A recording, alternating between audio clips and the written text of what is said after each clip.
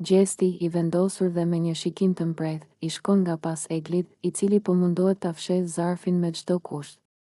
Ai e vëren lëvizjen e saj dhe nuk ka ndërmend ta lërë të largohet aq lehtë. Ishte i bindur që Egli po përpiqej të mbante diçka të fshehtë dhe nuk do të ndalej pa e zbuluar të vërtetën. Ku po shkon me atë zarf, Egli? E pyet ai me një ton të prerë, duke i qëndruar shumë afër, pothuajse duke e sfiduar me praninë e tij. Egli, me një shikim të shqetësuar, mundohet ta fshijë zarfin pas shpine dhe bën disa hapa pas, sikur të kërkonte një mënyrë për t'u larguar pa e bërë situatën më të tensionuar. Nuk është puna jote, Gjesti, lëre fare. I thot ajo me nervozizëm, duke u përpjekur të ruajë qetësinë. Por Gjesti nuk tërhiqet. Ai buzëqesh me ironi dhe tund kokën. E kam shumë punë. Unë i di mirë këto lojrat e tua. Ti po përpiqesh ta fshehësh zarfin, por jo me mua këto gjëra. Mos mendo se do ta lësh këtë shtëpi pa e treguar çfarë ka brenda ti. Egli e shikon me nervozizëm dhe bën një përpjekje të fundit për të ndryshuar temën. Gjesti, mos u merr me mua. Nuk të kam bërë asgjë. Pse je kaq i fiksuar me këtë punë? I thot ajo me një ton sfidues. Gjesti qesh me sarkazëm dhe afrohet edhe më shumë, duke e ngushtuar hapësirën mes tyre. Unë s'jam i fiksuar me ty, Egli, por me drejtësinë. Ti e di shumë mirë që s'mund ta fshehësh zarfin. Hajde, jep ma ose do ta marr vetë. I thot ai me një ton të prerë. Egli e ndjen që nuk ka rrugë dalje. Ajo shikon përreth, duke parë se banorët e tjerë tashmë i kishin vënë syt nga ajo dhe po e ndiqnin situatën me vëmendje të madhe. Disa fillojnë të pëshpërisin mes tyre, ndërsa të tjerët presin të shohin se si do të përfundoj ky përballje. Nuk ke për ta marrë këtë zarf, haroje. I thot ajo, duke e shtrënguar fort në dorë dhe duke bërë një hap pas. Por Gjesti s'kishte ndërmend të dorëzohej. Ai bëri një lëvizje të shpejtë sikur do t'ja merrte me forcë, duke e vënë edhe më shumë në siklet Eglin. E shikon që po fshihesh? Nëse nuk ke bërë asgjë të keqe, pse nuk e tregon çfarë ka brenda? Tensioni arrin kulmin, ndërsa banorët fillojnë të afrohen më shumë. Atmosfera bëhet më e rëndë dhe tani gjithçka varet nga vendimi i Eglit, do ta tregonte apo do të vazhdonte të luftonte për ta fshehur të vërtetën? Egli acarohet keq me Gjestin dhe nuk mund ta përmbajë më nervozizmin e saj. Ajo i afrohet me një shikim plot mbledh dhe i thot me ton të ashpër, ti je mashtrues. Më ke përdorur për lojë, më ke shfrytëzuar për të përfituar dhe tani po bën sikur je djali i mirë, sikur s'ke bërë asgjë. Por unë e di shumë mirë kush je ti në të vërtetë. Gjesti e shikon me një buzëqeshje të lehtë, si për ta provokuar edhe më shumë. Egli, po çfarë po thua? Unë nuk të kam shfrytëzuar, mos e egzagjero kaq shumë, i përgjigjet ai me ironi, duke bërë një hap mbrapa, por Egli nuk ka ndërmend të ndalet. Mos më thuaj mua të mos e egzagjeroj. Ti e di shumë mirë që më afroheshe vetëm kur të duaj, vetëm kur doje të bëje lojën tënde. E gjithë kjo ishte një strategji për ty, apo jo? A mendove ndonjëherë se si ndihesha unë? Gjesti, duke parë që situata po tensionohet, kalon dorën në flok dhe mundohet të ruajë qetësinë. Unë nuk të detyrova të bësh asgjë, Egli. Ti ishe aty me dëshirën tënde. Nuk më fajso dot për gjithçka, i thot ai, por në zërin e tij ndihet një dozë e vogël pasigurie. Egli qesh me ironi dhe tund kokën. Ah, sa i pa skrupull që je. Edhe tani, edhe pas gjithë asaj që ke bërë, prap nuk pranon asgjë. Prap e kthen fajin nga unë? Ti je njeriu më i rrem këtu brenda dhe e di çfarë? Nuk dua të kem më asnjë lidhje me ty. Më rri larg. Banorët e tjerë fillojnë të vështrojnë nga ata, duke ndjerë tensionin në ajër. Gjesti buzëqesh lehtë, por shihet që nuk po i pëlqen fare kjo situatë. Ai nuk thot asgjë për disa sekonda, pastaj i afrohet pak Eglit dhe i thot me zë të ulët, në fund të fundit, Egli. Ti ishe ajo që më lejonte të luaja lojën time. Kjo e bën Eglin të shpërthej edhe më shumë. Ti je i pabes. Po tallesh me mua. Haram çdo moment që kam kaluar me ty. Bërtet ajo, ndërsa largohet me nervozizëm, duke lënë pas një gjesti që e ndjek me sy, por nuk thot më asgjë. Gjesti bisedon me Eglin në një moment kur tensionet mes tyre janë të larta. Ai e shikon drejt në sy dhe i flet me një ton serioz, duke i bërë të qartë se nuk do të toleroj më sjelljen e saj kundër tij. Shiko, Egli, nuk dua më debate me ty, mos më acaro dhe mos më dil kundër, sepse nuk do ta pranoj këtë gjë, i thot ai, duke u afruar pak më shumë. Egli e vështron me një shikim skeptik dhe ndërpret krahët mbi gjoks, e gatshme për t'ju kundërvënë, por Gjesti nuk ndalet aty. Ai e bën të qartë që nga ky moment, ajo duhet të ndjek fjalët e tij dhe të mos e kundërshtoj. Unë e di mirë si funksionon loja këtu dhe po të them hapur që çfarë të them unë, ajo do të ndodhë. Nuk dua as të shoh të më kundërshtosh më, e kuptove? Vazhdon ai me një ton edhe më të ashpër, Egli e shikon me habi dhe zemërim. Pra, ti po më thua që unë duhet të bëj gjithçka që thua ti? Pa diskutim, pa mendimin tim. Po kush të mendon veten ti, Gjesti? Ja kthen ajo me ironi, Gjesti buzëqesh me një qëndrim dominues dhe i afrohet edhe më shumë. Unë po të paralajmëroj, Egli. Më mirë për ty të më dëgjosh, se ndryshe nuk do të dalë mirë për ty, nuk dua që të jesh kundër meje, e di shumë mirë që nuk të leverdis. Egli tund kokën dhe qesh me përbuzje. Nuk do ta kem kur frikë ty, Gjesti. Ti mund të manipulosh këtë duash këtu brenda, por jo mua.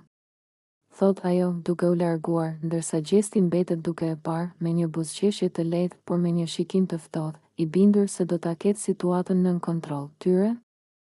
Gjesti afrohet me një buzëqeshje të lehtë në fytyrë dhe shikon Danjen me një vështrim ngacmues, duke i folur me një ton të butë por plot siguri. E di që më do, por nuk e pranon, i thot ai duke e parë drejtë në sy. E sheh mënyrën si më shikon? Si buzëqesh sa herë të afrohem. E di që s'do ta pranosh me zë të lartë, por unë e di të vërtetën. Danja tund kokën dhe qesh me ironi, duke e shtyr paksa me dorë. Gjesti, lëre këtë lojën tënde. Nuk ke asnjë ide për atë që mendoj unë. Mos u bëj aq i sigurt. Por Gjesti nuk ndalet, vazhdon ta shikoj me një shikim të thellë dhe misterioz, duke i thënë, po mirë, nëse nuk më do, pse skuqesh kur të flas kështu? Pse nuk më shmang? Pse gjithmonë përfundon duke folur me mua? Danja e ul shikimin për një moment, sikur nuk di çfarë të thotë, pastaj e hedh shakan për ta larguar situatën, sepse ndonjëherë më keq ardh dhe dua të jap pak vëmendje, se përndryshe do ngelesh vetëm. Gjesti qesh me të madhe dhe tund kokën. E po, nuk e di, por unë them që ti je e bukur si një yll dhe një ditë do ta pranosh vetë atë që po përpiqesh të mohosh tani. Danja qesh, por nuk jep një përgjigje të qartë, duke lënë të kuptohet se ndoshta fjalët e Gjesti nuk janë dhe aq larg së vërtetës. Danja dhe Gjesti përplasen në një debat të tensionuar, ku Danja përpiqet ta bëjë të qartë pozicionin e saj. Me një ton serioz dhe pak të acaruar, ajo i drejtohet Gjesti, duke i thënë, shiko, Gjesti, mjaft më me këto lojra. Nuk e di pse vazhdon të më ngacmosh dhe të krijosh situata të sikletshme, por dua ta dish një herë e mirë që unë jam e lidhur me dik jashtë. Nuk ka asgjë mes nesh dhe s'ka për të pasur kurrë. Ti për mua je thjesht një vëlla i vogël, asgjë më shumë. Gjesti e sheh me habi dhe tund kokën duke buzëqeshur lehtë, sikur nuk e beson atë që po dëgjon. Vëlla i vogël? Hajde, mos më thuaj që vërtet më sheh kështu. Se nuk besoj që një vëlla të bën të skuqesh sa herë të flas. Danja shfryn dhe kalon duart në flok, sikur po mundohet të ruaj durimin. Mos e kthe në lojë këtë, seriozisht. Nuk dua të keq kuptohemi. Respektoje faktin që unë jam në një lidhje dhe ndal këtë sjelljen tënde. Por Gjesti vazhdon, duke e parë me një shikim të çuditshëm. E po mirë, unë nuk thash asgjë të keqe, por nëse ti më shikon si vëlla, atëherë mos u nervozo kaq shumë kur të flas. Me sa duket, po të prek diçka. Danja rrotullon syt dhe largohet, duke mos dashur ta zgjas më shumë debatin, ndërsa Gjesti buzëqesh me ironi, sikur ende nuk është bindur nga fjalët e saj. Gjesti ulet pranë Danjës dhe fillon t'i tregoj për marrëdhënien e tij me Eglin, duke i shpjeguar se ai nuk ka ndjenja romantike për të, pavarësisht se ajo duket se kërkon më shumë nga ai. Shiko, Danja, thot ai, duke marrë një frymëmarrje të thellë, me Eglin nuk do të ketë asgjë mes nesh përveç miqësisë. Nuk e di pse ajo vazhdon të mendoj ndryshe, por unë ja kam bërë të qartë që nuk dua më shumë se kaq. Danja e shikon me një shikim të dyshim dhe e pyet, po mirë, atëherë pse vazhdon të qëndrosh afër saj? Pse nuk i jep fund kësaj situate një herë e mirë? Gjesti tund kokën dhe pshërtin. Sepse nuk dua ta lëndoj. Nuk është se urej apo dua ta shoh keq, thjesht nuk ndjej të njëjtën gjë që ndjen ajo për mua. Kam tentuar t'i shpjegoj, por duket sikur ajo nuk dëshiron ta kuptoj. Vazhdon të më afrohet, të më kërkoj vëmendje, dhe unë nuk e di më si t'ja bëj. Danja buzëqesh me ironi dhe i thot, Gjesti, po më duket sikur po i lështek. Nëse vërtet nuk do asgjë me të, atëherë duhet të jesh më i prerë. Egli është vajzë e zgjuar, por nëse i jep shenja të gabuara, ajo do të vazhdoj të shpresoj. Gjesti pshërtin sërish dhe kalon dorën në flokë. Ndoshta ke të drejtë. Por unë nuk dua të bëhem njeriu i keq në këtë histori. Thjesht dua që ajo të kuptoj vetë dhe të ndaloj së insistuari. Nuk dua dramë, nuk dua të krijoj probleme. Do qëndroj thjesht shok me të, por asgjë më shumë. Danja e shikon me një shikim të mprejtë dhe i thot, po të ishte ashtu, ajo do ta kishte kuptuar me kohë. Mbase je ti ai që pa dashje po e lejon këtë situatë të vazhdoj. Gjesti nuk përgjigjet menjëherë, por duket sikur mendon thellë për fjalët e Danjës. A do të marrë ndonjëherë fund kjo histori mes tij dhe Eglit, apo do të vazhdoj të krijoj tensione mes tyre? Said, Egli ballafaqohet me Gjestin në mes të shtëpisë, me fytyrën e saj të mbushur me nervozizëm dhe zhgënjim. Ajo afrohet me hapa të vendosur dhe e shikon atë drejtë në sy, duke i bërë të qartë se nuk do ta tolerojë më atë që ka ndodhur mes tyre. Ti më ke përdorur. I thot ajo me një ton të ashpër, ndërsa sytë e saj shkëlqejnë nga zemërimi. Më bëre të besoja se ishe ndryshe, më afrove, më bëre të ndihem e rëndësishme dhe pastaj më hodhe në gremin sikur të isha një lodër që s'të duaj më. Gjesti, i kapur në befasi, mundohet të mbaj qetësinë, por është e qartë se fjalët e Eglit e kanë prekur. Ai ngrit duart për të mbrojtur dhe për të shpjeguar diçka, por Egli nuk e lejon. Mos e mundo veten të gjesh justifikime. Tani e kuptoj që për ty unë s'kam qenë asgjë më shumë se një mjet për lojën tënde. Vazhdon ajo duke tundur kokën me zhgënjim. Ti kur s'ke ndjer asgjë për mua, thjesht më shfrytëzove dhe tani bën sikur nuk ndodhi asgjë. Tensioni mes tyre rritet ndërsa banorët e tjerë fillojnë të vëzhgojnë nga larg, duke kuptuar që situata po del jashtë kontrollit. Gjesti, i irrituar nga akuzat, përgjigjet me një ton më të ashpër, mos më akuzo për gjëra që nuk janë të vërteta, Egli. Ti e di mirë që nuk të kam detyruar të bësh asgjë. Nuk është faji im që gjërat ndryshuan. Por Egli nuk e pranon këtë përgjigje dhe e afron edhe më shumë fytyrën e saj pranë tij, duke i folur me një zë të ngadaltë, por të mbushur me mllef. Ti e di mirë që më manipuluar. Ti e di mirë që më bëre të besoj në diçka që nuk ekzistonte. Dhe tani më tregon këtë fytyrë të ftohtë, sikur asgjë s'ka ndodhur. E ke gabim, Gjesti. Unë s'jam më ajo vajza që mund ta gënjesh dhe ta përdorësh si të duash. Pas kësaj, Egli largohet me nerva, duke e lënë Gjestin të menduar dhe të tensionuar. Atmosfera në shtëpi bëhet më e rëndë dhe të gjithë ndjejnë se kjo përplasje nuk ka përfunduar ende. Gjesti ballafaqohet me Eglin në mes të shtëpisë, ndërsa tensioni mes tyre rritet gjithnjë e më shumë. Ai e sheh atë drejt në sy, me një shikim të ftohtë dhe të prerë, duke u përpjekur të mbajë qetësinë, por nervozizmi i tij është i dukshëm. E di shumë mirë pse ke ardhur, i thot ai me një ton të ashpër. Nuk je këtu për të më folur apo për të sqaruar ndonjë gjë. Ti ke ardhur vetëm për të më sulmuar, për të rregulluar imazhin tënd dhe për të më bërë mua të dukem keq para të gjithëve. Egli e dëgjon me një buzëqeshje ironike, duke tundur kokën me përçmim. Ti vërtet mendon se gjithçka ka të bëjë me ty? Mos u bëj qendra e botës, Gjesti. Unë nuk kam nevojë të rregulloj imazhin tim, sepse ndryshe nga ty, unë nuk kam gënjur dhe nuk kam luajtur me ndjenjat e askujt. Gjesti qesh me nervozizëm dhe afrohet pak më shumë, duke e parë drejtë në sy. Oh, kështu pra? Ti do të dalësh viktima e madhe këtu? Sikur nuk ishe ti ajo që më afrohej, që më kërkonte vëmendjen. Po tani, papritur, unë jam djalli dhe ti engjëlli. Banorët e tjerë fillojnë të ndjekin debatin nga afër, ndërsa atmosfera në shtëpi bëhet gjithnjë e më e tensionuar. Egli shtrëngon nofullat dhe e sheh me zemërim. Jo, Gjesti. Unë nuk jam viktim. Por nuk do të lejoj ty të më bësh të dukem sikur kam gabuar unë, kur në fakt ke qenë ti ai që ka manipuluar dhe luajtur me mua. Gjesti shtrëngon duart, dukshëm i irrituar. Unë nuk kam manipuluar askën, Egli. Nëse ti e ke kuptuar ndryshe, është problemi yt, jo imi. Por mos u mundua të më njollosësh mua për të shpëtuar veten. Debati mes tyre vazhdon, me secilin që përpiqet të mbrojë veten dhe të hedhë fajin mbi tjetrin. Tensioni është në kulm dhe duket se kjo përplasje nuk do të marrë fund aq lehtë. Gjesti, me një buzëqeshje djallëzore në fytyrë, afrohet ngadalë drejt Olës, duke e shikuar me një vështrim sfidues. Ai i lëshon një shikim të thellë dhe me një ton të ulët, por provokues, i thot: "Hajde futu në krevat një herë, edhe shife se çfarë të bëj." Ola e shikon e habitur dhe qesh me ironi, duke tundur kokën. "Ti qenë ke i çmendur fare. Mendon se do të dëgjoj unë?"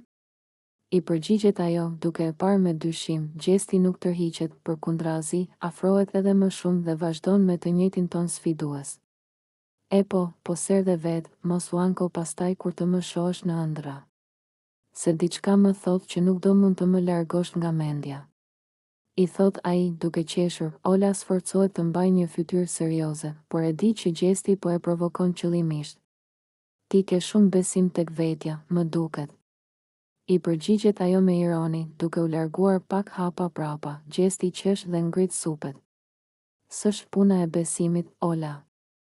Unë e di çfarë bëj, dhe e di që nuk të lë indiferente, pranoja." I thot ai, duke i dhënë asaj një shikim të shpejt nga kokat e këmbët. Ola tund kokën dhe i drejton një gisht paralajmërues. "Mos e sforco shumë fatin tënd, Gjesti, se unë nuk jam si të tjerat." Gjesti vazhdon të qesh dhe i jep një shkelje syri. "E di, prandaj më intrigon edhe më shumë," thot ai, duke e lënë Olën me një shikim të hutuar, ndërsa ai largohet duke buzëqeshur. Ola, me një buzëqeshje ironike në fytyrë, e shikon Gjestin nga kokat e këmbët dhe tund kokën me mosbesim. Ajo qesh me ironi dhe i drejtohet atij me një ton plot tallje. "Ti s'bën gjë. Se e ke të vogël, unë dua një burr, jo një kalama si puna jote." Gjesti, që nuk është mësuar të marrë sfida pa reaguar, i kthen një shikim ngacmues dhe i afrohet pak më shumë, duke e parë drejtë në sy. "E vogël e kam? Mos fol pa e provuar, se pastaj mos thuaj që s'të paralajmërova." I thot ai me një buzëqeshje të lehtë, duke u përpjekur ta provokojë. Ola shpërthen në të qeshura dhe tund gishtin para tij. "Lëre ti, lëre, se burrat duken nga larg. E ti mezi i kalon provimet e fëmijëve," i thot ajo duke qeshur edhe më shumë. Gjesti shtiret sikur po mendohet dhe pastaj i afrohet edhe më shumë. "Apo mos ndoshta ke frikë se po ta provoje, do ndyshoj mendje? Se më dukesh paksa e pasigurt tani." Ola e shtyn lehtë me dorë, duke tundur kokën. Shiko, jo vetëm që je kalama, por qenë ke edhe shumë i bindur tek vetja." "Më vjen keq, Gjesti, por si në nivelin tim," i thot ajo, duke i dhënë një shikim tallës dhe duke u larguar, ndërsa Gjesti buzëqesh dhe tund kokën, i vendosur që kjo bisedë nuk do përfundonte kaq lehtë. Gjesti dhe Rozana përplasen ashpër në mes të shtëpisë, teksa debati mes tyre sa vjen e bëhet më i tensionuar. Rozana, me një shikim sfidues, e shet drejt në sy dhe i flet me ton të lartë, duke i bërë të qartë që nuk ka ndërmend të tërhiqet. "Gjesti, ti s'mund të më thuash mua me këtë merrem dhe me kë jo. Egli është shoqja ime dhe unë do flas sa herë të dua për të," i thot ajo, duke ngritur zërin. Gjesti shtrëngon nofullat dhe afrohet me nervozizëm. "Nuk po të them të mos flasësh, Rozana, por Egli është puna ime, jo e jotja. S'ke punë me të, me Eglin merrem vetë unë." Rozana qesh me ironi dhe tund kokën me përçmim. "Po kush të ka bërë ty të zotin e saj? Ti kujton se e kontrollon atë, apo çfarë? Egli nuk është pronë e jotja, dhe nëse unë kam diçka për të thënë, do ta them." Gjesti nis të nervozohet edhe më shumë dhe i përgjigjet me ton të fortë. Unë nuk po them që e kontrolloj, por ti po përpiqesh të futesh aty ku nuk të takon. Kjo është një çështje mes meje dhe Eglit, jo mes meje, teje dhe gjithë shtëpisë. Tensioni mes tyre sa vjen e rritet, ndërsa banorët e tjerë fillojnë të ndjekin debatin, duke kuptuar se kjo përplasje po merr për masa të mëdha. Rozana nuk e ka ndërmend të tërhiqet dhe i afrohet edhe më shumë. Nëse është një çështje mes teje dhe Eglit, atëherë pse je aq i shqetësuar për atë që them unë? Mos ndoshta të djeg e vërteta? Gjesti shtrëngon grushtat dhe tund kokën me inat. Nuk më djeg asgjë, Rozana. Më shqetëson vetëm fakti që njerëz si ti fusin hundët aty ku s'duhet. Banorët ndihen sikur një shpërthim i madh është duke ndodhur. Ndërkohë, Egli që ndodhet afër i dëgjon të dy, por zgjedh të mos ndërhyjë. Përplasja mes Gjesti dhe Rozanës duket se nuk do të përfundojë shpejt, dhe situata sa vjen e bëhet më e tensionuar.